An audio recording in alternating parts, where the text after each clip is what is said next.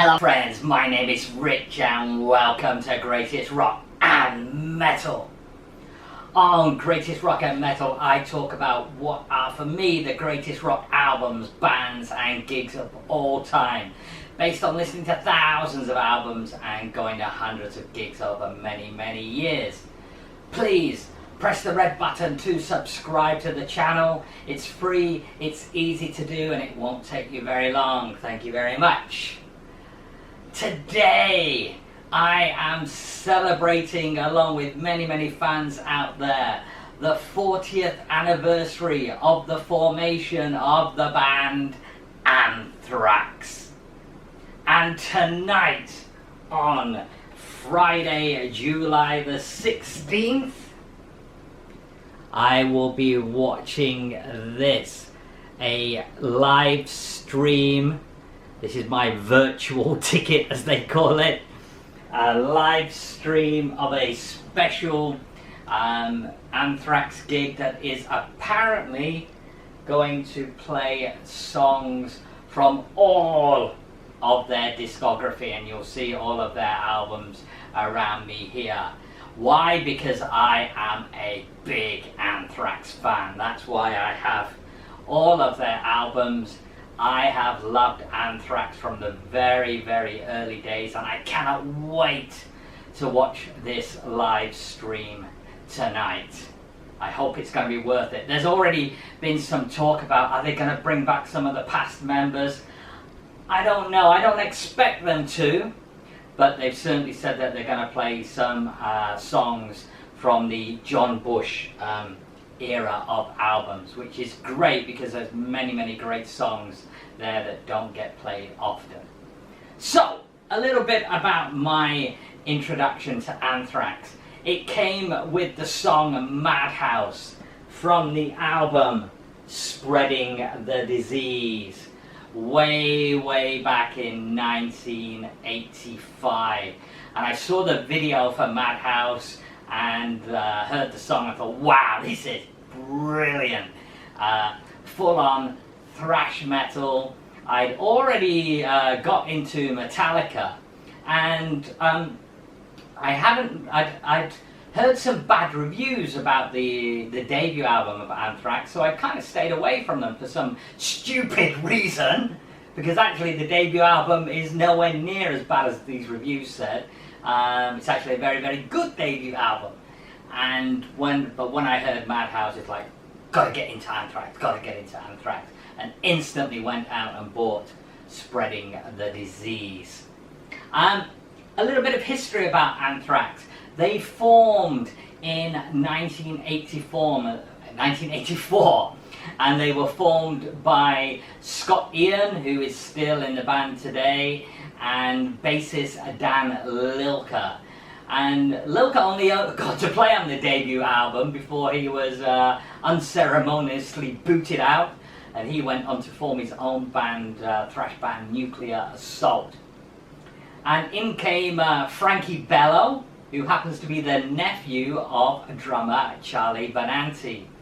And they forged forward with singer Neil Turbin and toured the Fistful of Metal album. Also lead guitarist Dan Spitz in the band.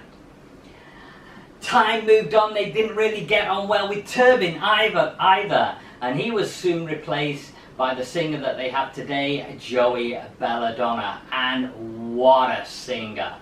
What an amazing singer. Very different type of singer from the rest of the thrash metal bands of that era. You've got Metallica, Slayer, Megadeth, Exodus, Overkill. Their vocals were a lot rougher sounding. Belladonna could sing. He has a great range and a really a vocalist in the style of Bruce Dickinson of Maiden, Michael Kiske of Helloween, that kind of range he has.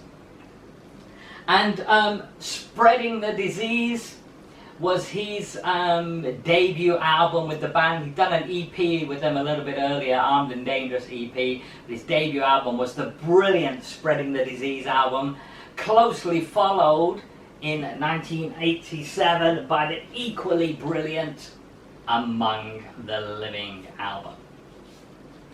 Time moves on, and sadly they depart ways with Joey Belladonna as well. And in 1992 he is replaced by the vocalist of Armored Saint, a guy by the name of John Bush. And the brilliant albums continued with Bush. If you include a compilation album that they made down here, The Greater of Two Evils, which is a compilation of re-recorded tracks from the Belladonna area with Bush on vocals. They made 5 albums with Bush, and they are all superb. Anthrax have not made a bad album, in my opinion. And if we look at them, they're part of what we call this big 4 of thrash, along with Megadeth, Metallica and Slayer. And Slayer have got a few duffs in their discography, in my opinion, as have Metallica. Look no further than maybe St. Anger, or the album that they did with Lou Reed, Lulu, and there's a couple of duffs there in my opinion. Also Megadeth as well, I've got a few duffs in there. Albums like Risk is okay, yeah, and albums like World Needs a Hero, not bad, but Anthrax have been consistently great with their discography throughout. But the Bush era ended as well, and they went through a kind of rotating lineup of vocalists. With between 2005 and 2010, Bush came back for a little bit. They had Belladonna back for a little bit, and they had a singer, Dan Nelson, at the end of that period, who we all thought they were going to go forward with, but actually never recorded an album with Anthrax. Well, that's not true. He actually did, but they scrapped his vocals and brought back Joey Belladonna, and that was the album Worship Music, which was Joey Belladonna's comeback album with the band. And he has been with the band ever since then, only recording one more studio album since then for All Kings down there, and they're due to release a new studio album next year. So that's a bit of a history about Anthrax. I've got no idea why they are not a bigger band than what they are. They really are. Slayer was an arena band consistently during their pretty much consistently during their heyday, and then also the latter period of the band. Metallica have been a stadium band for God knows how long now.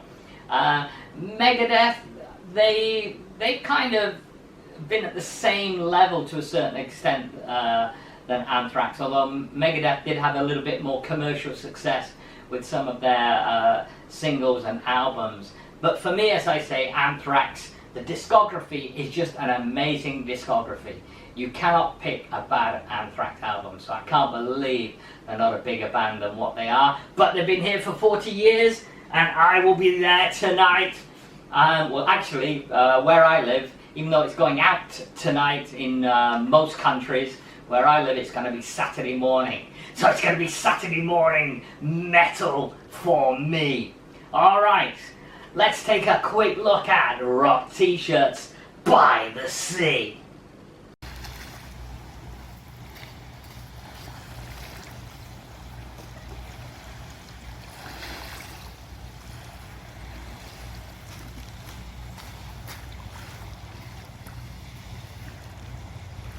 So I thought, in celebration of the 40 years of Anthrax, I'd take a look back at what is considered to be their greatest album. From 1987, the album Among the Living. I am fortunate enough to have a signed copy of this. When I met the band about 10 years ago now, I think it was, something like that.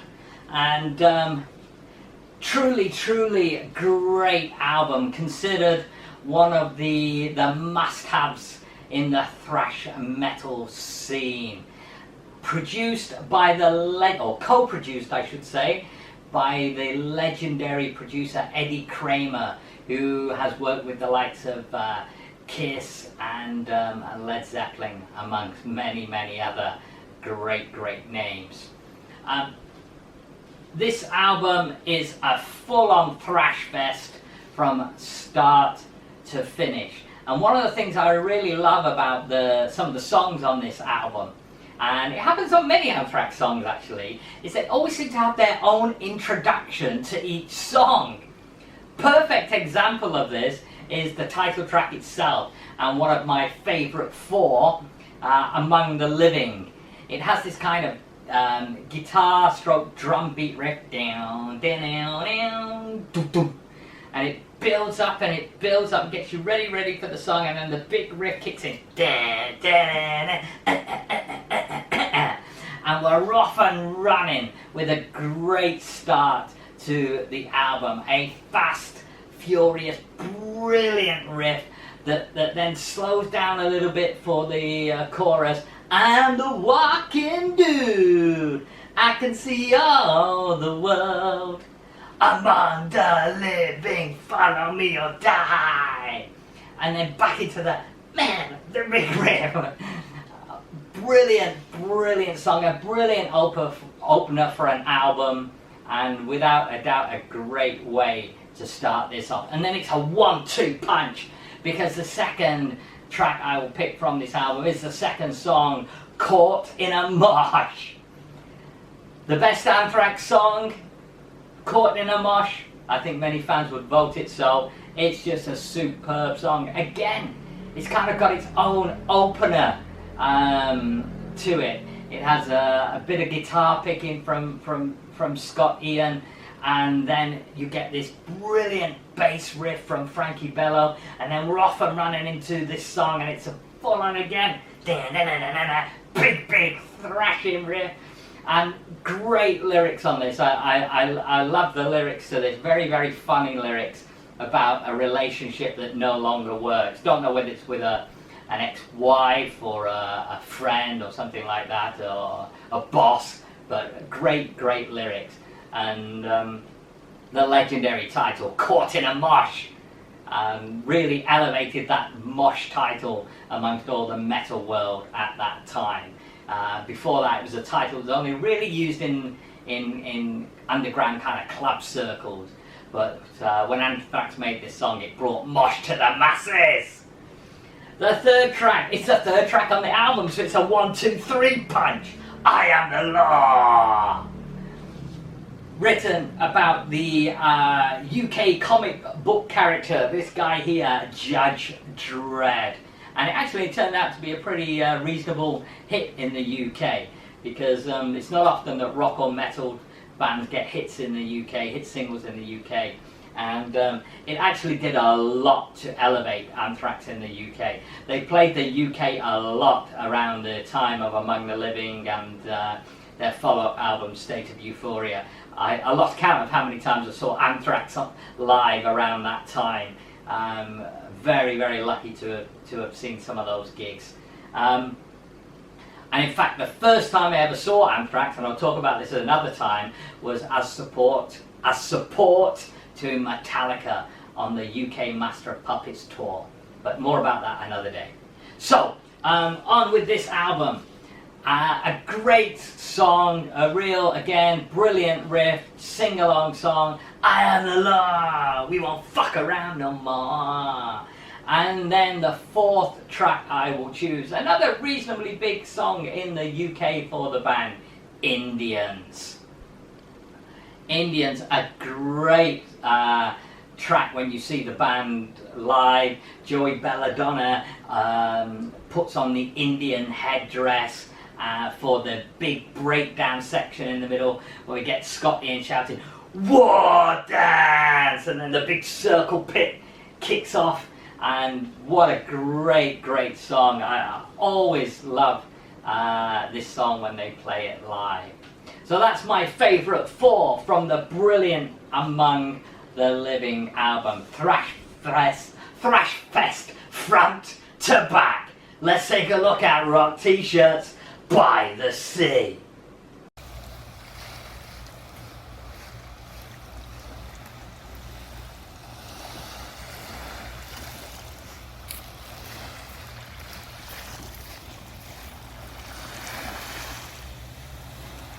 Okay, so what about seeing Anthrax live? Well, as I mentioned before, I've been lucky enough to see Anthrax many times. But one gig that will forever stick in the memory was the first gig I saw for the Among the Living tour. And they, like I said, they did several visits to the UK for this tour, but the first one I got to see for this tour was at the legendary Donington Monsters of Rock Festival in 1987, August 1987. Here's the shirt from that day, and as you may be able to see, the headliner was Bon Jovi of all people. Here's the ticket from that day, and what a lineup it was. It was just a one-day festival. Bon Jovi at the peak of their powers. For the New Jersey album headlining, we had Dio, second headliner. Then we had Metallica, Anthrax, Wasp, and Cinderella. All legendary names in metal field, rock and metal field nowadays. And what a day it was! And Anthrax absolutely blew everyone away, including Metallica. Metallica followed them, and to be honest, Metallica seemed weak in comparison compared to the Anthrax set that we'd just witnessed. I always like to have a look at the price of the ticket on that particular day. 15 English pounds to see that lineup. Okay, I know it was many years ago, but what a bargain, eh? What a bargain. So, the set that Anthrax played that day, it was just phenomenal. The energy from the second they came on stage, the energy they brought to that stage was just mind-blowing. I was with a friend of mine that day, Stephen, who was more into the Bon Jovi type of metal, the Bon Jovi and the Cinderella type of metal. Didn't like thrash at all. He was converted by Anthrax that day. Even he was like, wow, this is a really good band. And they are live. I've never ever seen a bad Anthrax show. I say it again, it truly astounds me why this band are not bigger. It really does. They're a fantastic live band. They've got a brilliant discography. In fact, the set that day has been captured on this CD. The CD is titled Caught in a Mosh, and it's a couple of concerts that were recorded by the BBC, and they were being put out, and the full set bar one song from that day is on this CD. The set list, they played 10 songs, 5 from Among the Living, and they also played Madhouse and Medusa from Spreading the Disease, and AIR from Spreading the Disease as well. And we also got their version of the Sex Pistols song God Save the Queen, and their rap rock innovation, I'm the Man. It was a brilliant set list, great fun, great energy, as I say before, and I was so lucky to witness what was a phenomenal gig that day. And all that did was cement my love for this truly brilliant band, and I thank them very much for their 40 years of music, and hope we get many more years to come. And I'm really looking forward to the live stream gig later today, or like I say, tomorrow, for me. So there you have it. Thank you very much for watching. Please press the red button to subscribe to the channel. It's easy to do, it's free, it won't take you very long, and for sure there's going to be future episodes about Anthrax and the other thrash metal greats. So until next time, thank you very much my friends, and remember as always, we rock!